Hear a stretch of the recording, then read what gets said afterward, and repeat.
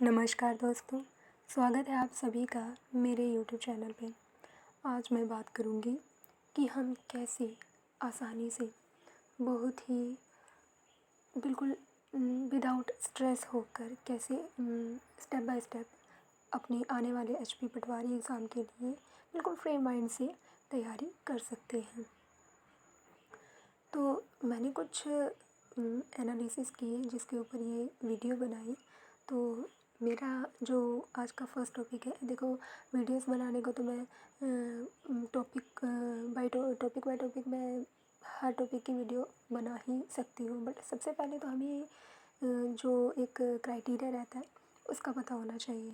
तो आज का जो मैंने एनालिसिस करके टॉपिक तैयार किया है कि steps to crack HP patwari exam 2022। तो पहला मैंने जो देखा, analyse all previous year question paper. देखिए, प्रीवियस ईयर क्वेश्चन पेपर हर एग्ज़ाम के लिए, छोटे से छोटा बड़े से बड़ा, हर एग्ज़ाम के लिए, हर कम्पिटिटिव एग्ज़ाम के लिए बहुत ही ज़्यादा इम्पॉर्टेंट है। कभी भी ओल्ड क्वेश्चन पेपर को स्किप ना करें। ये तो हमारा फर्स्ट स्टेप होना चाहिए। किसी भी एक कम्पिटिटिव एग्ज़ाम को क्रैक करने का जो फर्स्ट स्टेप है वो यही होना चाहिए कि हमें सबसे पहले उस पर्टिकुलर एग्ज़ाम के प्रीवियस ईयर क्वेश्चन को देखें, एनालाइज करें किस तरह के क्वेश्चन पूछे जा रहे हैं।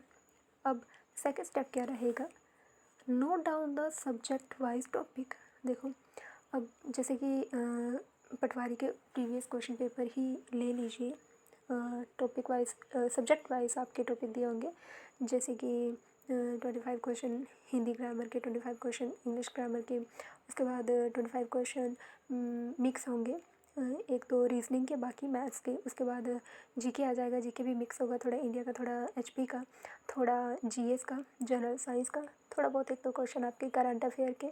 तो ये सब 25 रेस्ट रिमेनिंग ये रहेंगे। ठीक है जी। तो क्या रहेगा हमारा सेकंड स्टेप, सबसे पहले हमने क्वेश्चन पेपर देखे, उसमें हमने देखना है सब्जेक्ट वाइज टॉपिक। ये जो स्टेप्स हैं ये आपको डेली कंसिस्टेंटली फॉलो करने हैं। तो क्या करेंगे, एक नोटबुक ले लेंगे, उसमें हम क्वेश्चन पेपर साइड में रख के या फिर मोबाइल में डाउनलोड कर सकते हैं। आजकल तो इंटरनेट बहुत कुछ दे रहा है। तो हमने क्या करना है कि सब्जेक्ट वाइज अपने टॉपिक्स नोट डाउन करने हैं। अच्छा, हमने टॉपिक लिख लिए। अब थर्ड स्टेप क्या रहेगा, analyse the questions, see their level, that is अब देखिए, हमने क्वेश्चन देखना है, हमने क्वेश्चंस का लेवल देखना है। अब हमारा जो एग्ज़ाम है एचपी पटवारी का, हमने देखना है इसमें क्वेश्चंस का लेवल क्या है। क्या बहुत ज़्यादा हाई लेवल के पूछे जा रहे हैं, क्या स्टेट पीसीएस एग्ज़ाम लाइक इस तरह के पूछे जा रहे हैं, या फिर जो चीज़ें हैं हमने मैट्रिक लेवल तक पढ़ी हैं या 12th लेवल तक पढ़ी, ये सब हमें एनालाइज करना है। हम देखेंगे, क्वेश्चंस देखेंगे, मान लीजिए जीएस के देखे तो हम देखेंगे कि क्या ये हमारी जो 10th की बुक्स होती थी एनसीईआरटी, उसमें जो टॉपिक्स होते थे उसमें से पूछा जा रहा है। वैसे हिंदी ग्रामर और इंग्लिश ग्रामर ये भी हम देखेंगे इस तरह से। और मैथ्स भी हम देखेंगे कि ये 10th लेवल तक पूछा जा रहा है। तो ये रहेगा हमारा थर्ड स्टेप। अब फोर्थ स्टेप क्या होगा, collect the books according to level of questions. अब हमने क्वेश्चन देख लिए, अब हमारा नेक्स्ट स्टेप क्या रहेगा, हम बुक्स अरेंज करेंगे। तो बुक्स हम ऐसे नहीं कि चले गए स्टेशनरी की शॉप पे तो कह दिया कि हाँ जी भाई हमने पटवारी एग्ज़ाम की प्रिपरेशन करनी है तो हमें बुक दीजिए। अब वो तो उन्हें थोड़ी ना पता है, उनके पास तो जो स्टॉक आएगा उसमें से वो फुल ऑन जो होता है, एक छोटी सी बुक होती है उसमें प्रीवियस, हाँ वो भी ठीक है, मगर वो पूरी तैयारी करने के बाद आप उसको पढ़ सकते हैं। ये नहीं कि आप टोटली तैयारी उस पर बेस्ड करेंगे, नहीं, ये बिल्कुल गलत होगा। तो आपने जो पुराने क्वेश्चन पेपर देखे उसमें क्वेश्चंस का लेवल देखा, उस तरह से पर्टिकुलर सब्जेक्ट के लिए पर्टिकुलर एक अलग अलग बुक रखनी होगी। ये नहीं कि एक कंबाइंड सी बुक ले ली उसमें से पढ़ा, उसमें से कुछ नहीं होने वाला। अच्छा, ये तो हो गया हमारा फोर्थ स्टेप। अब हमारा नेक्स्ट स्टेप, फिफ्थ स्टेप होगा डेली प्रिपरेशन। डेली ये स्टेप हमें फॉलो करने हैं। तो उसमें क्या होगा, first of all write down the topics. अब मैंने खोल लिया क्वेश्चन पेपर, तो मैं क्या करूँगी, अब हिंदी सेक्शन निकालूंगी, उसमें से टॉपिक लिखूंगी। जैसे कि फर्स्ट क्वेश्चन संधि के ऊपर है, सेकंड क्वेश्चन प्राइवेची है, थर्ड क्वेश्चन मुहावरा है ना, फोर्थ क्वेश्चन वर्तनी के ऊपर है, शुद्ध शब्द के ऊपर है। इस तरह से मैं question wise topics note down करूँगी। तो फिर मैं जो मैंने बुक्स ली उसमें उन टॉपिक्स को ढूंढूंगी, उनको देखूंगी, समझूंगी, पढ़ूंगी। ठीक है। Second, find the mean correspond book, ठीक है, ये मैंने बता दिया। अब हमारे की पॉइंट्स क्या रहेंगे। First, read about the question. अब देखो, मान लीजिए हमें क्वेश्चन दे रखा है, मान लीजिए हमने क्या करना है कि सबसे पहले क्वेश्चन को पढ़ना है। अच्छा, हमने पढ़ लिया, हम जाएंगे बुक में उसको ढूंढेंगे, ठीक है। जैसे कि मैंने कहा कि हम टॉपिक्स वाइज पढ़ते चलेंगे, ये नहीं कि हमने HPGK की बुक उठाई और हम उसमें से जैसे जैसे टॉपिक्स दे रखे हम उन सभी को रोज़ रोज़ पढ़ने लग पड़े। देखो, हाँ अच्छी बात है, आपको नॉलेज ज़्यादा है, मगर आपकी एग्ज़ाम की डिमांड क्या है ये आपको ये पता होना सबसे ज़्यादा ज़रूरी है। अब आपने बुक्स ले ली, आप क्वेश्चन पेपर तो देख ही नहीं रहे, तो आप पढ़ रहे हैं अपनी मर्ज़ी से, पूरी पूरी बुक्स को पढ़ रहे हैं, अच्छी बात है, नॉलेज को इंक्रीज़ कर रहे हैं, मगर आपके एग्ज़ाम की डिमांड क्या है उसके अकॉर्डिंग पढ़ेंगे तो ज़्यादा बेटर रहेगा। मान लीजिए क्वेश्चन है, हिमाचल प्रदेश की सबसे बड़ी प्राकृतिक झील किस जिले में है। हम इसका राइट आंसर ढूंढेंगे। अब हमें पता है सिरमौर में है रेणुका झील। अच्छा, राइट आंसर पता चल गया।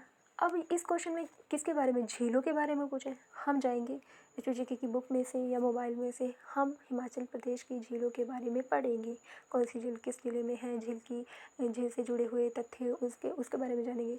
अब ये तो राइट आंसर हो गया एक ऑप्शन। अब हमें पता है एक क्वेश्चन के 4 ऑप्शंस दे रखे होते हैं जिसमें से एक ही राइट आंसर होता है, लेकिन जो 3 रिमेनिंग ऑप्शन है, जैसे कि मान लीजिए 3 ऑप्शंस सिरमौर राइट आंसर हो गया, और जो 3 ऑप्शंस बचे वो थे बिलासपुर, मंडी, चंबा। अब हम इनको स्किप नहीं करेंगे, हम सिर्फ राइट आंसर और टॉपिक को नहीं पढ़ेंगे, हम देखेंगे हाँ वैसे तो हम झील के पूरे टॉपिक को देखेंगे तो उसमें ये कवर हो जाएंगे। बिलासपुर ज़िले के अंदर भी जो झीलें आती होंगी वो भी पढ़ लेंगे, मंडी ज़िले के अंदर जो भी झीलें आती होंगी वो भी पढ़ लेंगे, चंबा ज़िले के अंदर जो भी झीलें आती होंगी वो भी हम पढ़ लेंगे, मगर साथ में हम सिरमौर ज़िले की हिस्ट्री, वहाँ के संस्थापक, ठीक है, और वैसे ही बिलासपुर के अंदर क्या क्या है और भी पुराने नाम एटसेट्रा, नदियाँ, ये भी ये नहीं देखिए 4 ऑप्शन थे, उसमें से हम 4 ऑप्शंस के टर्न बाय टर्न पढ़ लेंगे तो कितना ज़्यादा एक क्वेश्चन से मतलब अलग अलग टॉपिक्स क्लियर होते जाएंगे, ठीक है। तो मुझे ये ट्रिक काफ़ी अच्छी लगती है तो मैंने शेयर कर दी। Next, read about right answer, ठीक है, ये हो गया। Also read about the remaining option, ये भी हो गया। अब इससे होगा क्या, ठीक है, अब हम एक क्वेश्चन पढ़ रहे हैं, उसमें जो टॉपिक दिया है, जैसे झील दिया था, झील के बारे में पढ़ लिया। अब सिरमौर जो राइट आंसर था ये तो हमें पता चल गया। अब हम झील पूरे हिमाचल की सारी झीलें एक साथ तो नहीं पढ़ लेंगे, मोटा मोटा पढ़ लेंगे कि हाँ भाई ये झील इस जिले में है। अब ठीक है, झीलें हाँ हम इस टॉपिक को पूरा पढ़ लेंगे उस टाइम, सिर्फ राइट आंसर के ही ऊपर जो नहीं लेंगे, हम झील का पूरा टॉपिक पढ़ेंगे। हिमाचल प्रदेश में कितनी झीलें हैं, कौन सी कहाँ है, किसकी क्या हिस्ट्री है। अच्छा, 3 ऑप्शन बचे तो बिलासपुर, मंडी, चंबा, ठीक है, तो इसके बारे में भी हम पढ़ेंगे, साथ ही साथ सिरमौर के बारे में भी, कौन है इसका संस्थापक है। इस तरह से क्या होगा, बहुत ज़्यादा वास्टली हम सिलेबस को कंप्लीट करेंगे और हमारे क्वेश्चंस भी सॉल्व होते जाएंगे, ठीक है, और फास्टली हमारे सिलेबस कंप्लीट होते जाएंगे, हमारे टॉपिक्स क्लियर होते जाएंगे। एंड नेक्स्ट क्या है, and on the basis of the one topic you will know about the other 3 topic simultaneously. हाँ, ये मैंने बता दिया। अब ये तो सारे स्टेप्स हो गए, हमें क्या करना है, कंसिस्टेंसी लानी है।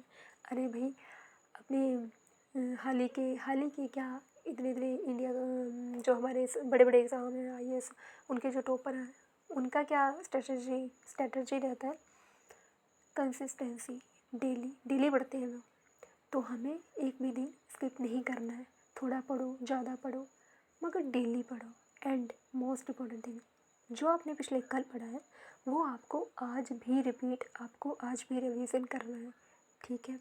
देखिए, जब हम स्कूल में पढ़ते थे तो टीचर कितनी बार हमारे एक ही टॉपिक के कितनी बार टेस्ट लेते थे, हमें बार बार याद करने के लिए देते थे, तो वो चीज़ें हमें कितनी अच्छे से तैयार हो जाती थी। और सबसे इम्पोर्टेंट थिंग, लोगों के जो माइंड में क्वेश्चंस हैं कि हाँ भाई अभी तक तो इसका कोई इतना पक्का वाला वो नोटिफिकेशन नहीं आया है कि हाँ भाई अब से एग्ज़ाम है, अब से भरे जाएंगे ये वो। देखिए, ये हमें नहीं सोचना है, ठीक है। हमें क्या देखना है, अब देखो नोटिफिकेशन आएगी, एक दो एग्ज़ाम के 1-2 मंथ पहले, इतना ही। इससे ज़्यादा तो ऐसा तो है नहीं कि 4-5 महीने पहले ही नोटिफिकेशन आएगी और आपको 4-5 महीने का वक्त मिल जाएगा तैयारी के लिए। तो हमें नोटिफिकेशन का वेट नहीं करना है। अब ऐसे भी तो कितनी ही न्यूज़ेस आ रही हैं कि हाँ भी आने वाला है, और ऑब्वियसली इसका जो 3-4 साल के बाद ये एग्ज़ाम आता है, तो 2019 में हुआ तो आज 2022 लग पड़ा है। 2022 में अब तो इलेक्शन है, तो कम से कम तो 2023 में आ ही जाएगा ये एग्ज़ाम। तो हमें ये नहीं देखना है कि कब आ रहा है, हमें अपनी प्रिपरेशन आज से ही स्टार्ट करनी है, ठीक है। तो ये था। आई होप आपको ये वीडियो पसंद आई होगी, इन्फॉर्मेटिव लगी होगी, तो प्लीज़ चैनल को सब्सक्राइब करें, लाइक करें, शेयर करें, कमेंट करें। एंड कमेंट में ज़रूर बताइए अगर कोई कमी रही होगी, तो प्लीज़ मुझे आप रेकमेंड करें कि मैं मॉडिफिकेशन कैसे करूं। Thank you. आई होप ये वीडियो आपके लिए हेल्पफुल रही होगी।